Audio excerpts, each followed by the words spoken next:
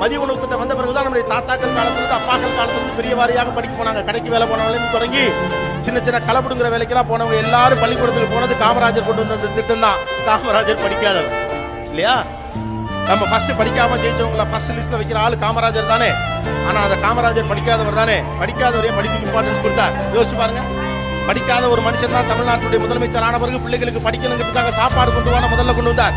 அதுக்கப்புறம் இந்த சத்துணவு உணவு திட்டம் அடுத்தடுத்து கண்டுபிடிச்சாங்க. ஏன் படிக்காத ஒருவர் ஏன் படிக்க வேண்டும் என்று பிள்ளைகளுக்கு எல்லாம் ஆசைப்பட்டார். படிக்காத என்னாலே இவ்வளவு செய்ய முடியும்னா என் பிள்ளைங்க எல்லாம் படிச்சா என்னெல்லாம் செய்வாங்கன்னு அவர் கண்ட கனவு தான் இன்னைக்கு முன்னால உட்கார்ந்துருக்க இத்தனை ஆயிரம் பேரும் இவ்வளோ பேரும். அதான்